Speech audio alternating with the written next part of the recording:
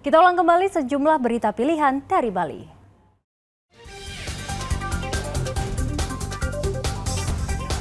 Dua orang anak dirantai oleh ibu kandungnya di sebuah rumah di Kabupaten Tabanan.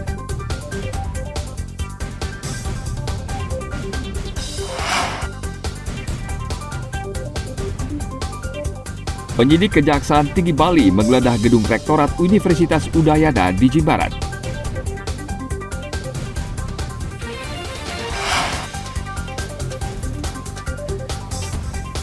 Mencicipi kuliner nasi campur ayam betutu bumbu genap khas Bali yang bercita rasa pedas.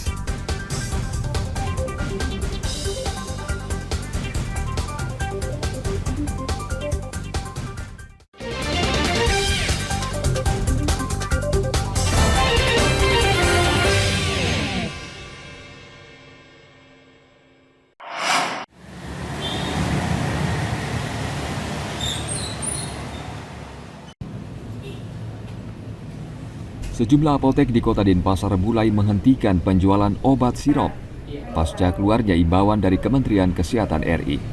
Kebijakan ini dilakukan pasca merebaknya kasus gangguan ginjal akut misterius pada anak dan remaja di Indonesia.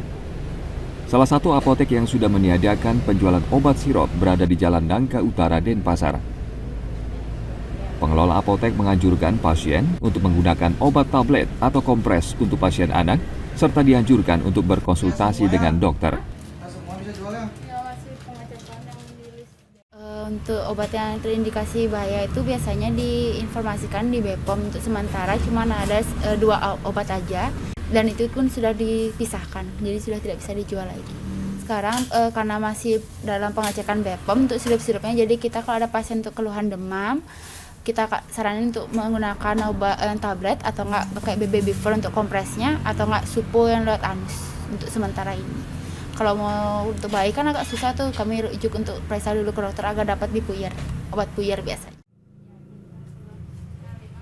Warga meminta pemerintah lebih ketat mengawasi obat sebelum beredar luas agar tidak membahayakan masyarakat yang mengonsumsinya. Dayu Trilaksmi melaporkan dari Denpasar.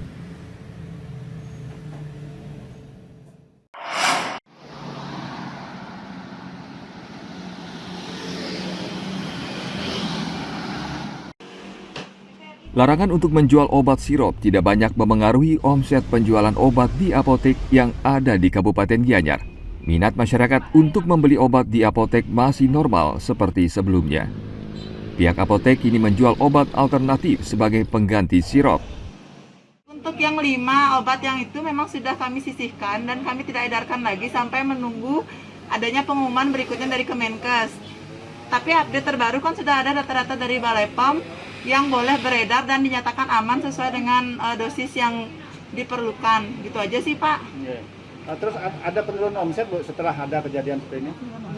Tidak ada sih, Pak. Kalaupun tidak beli obat sirup, kan masih ada alternatif yang lain. Misalnya dia demam, ada alternatif yang lain, Pak. Penjualan pasti ada turunan, menurun gitu. Tapi kalau dewasa kan masih bisa dialihkan ke tablet. Kalau bayi baru bisa dialihkan itu ke Bye Viva kayak gitu.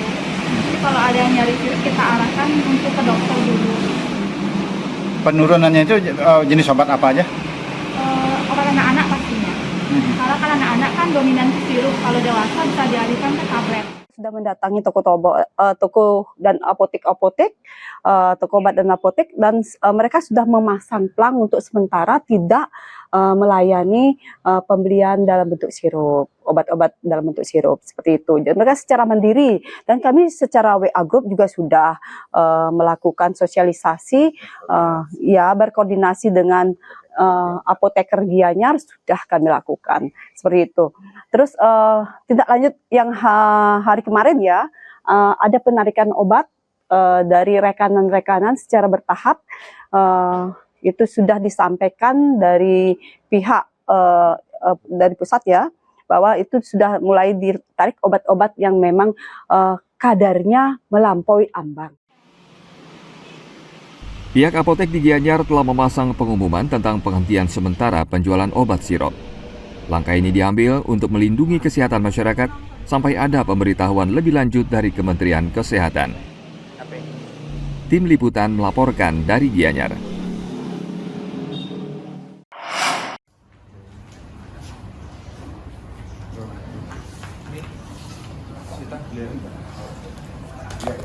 Penyidik Kejaksaan Tinggi Bali menggeledah gedung Rektorat Universitas Udayana di Jimbaran pada hari Senin siang lalu. Penggeledahan dilakukan untuk mencari bukti-bukti terkait dugaan tindak pidana korupsi, penyalahgunaan dana sumbangan pengembangan institusi mahasiswa baru Universitas Udayana. Ada 4 ruangan yang digeledah, yaitu ruangan Wakil Rektor 2, ruangan bagian akademik, ruangan bagian keuangan, dan ruangan bagian unit sumber daya informasi. Penyidik menyita ratusan dokumen yang dinilai terkait dengan dugaan penyalahgunaan dana sumbangan pengembangan institusi mahasiswa baru Universitas Udayana. Penggeledahan ini disaksikan Kepala Biro Akademik dan Kepala Biro Keuangan Universitas Udayana. Penyidikan dilaksanakan berdasarkan surat perintah Kepala Kejaksaan Tinggi Bali tanggal 24 Oktober 2022 dan gelar perkara pada 21 Oktober 2022 lalu. Sebelumnya, penyelidikan bidang tindak pidana khusus Kejati Bali menemukan adanya dugaan peristiwa pidana dalam pengelolaan dana sumbangan pengembangan institusi atau SPI mahasiswa baru jalur mandiri tahun akademik 2018-2019.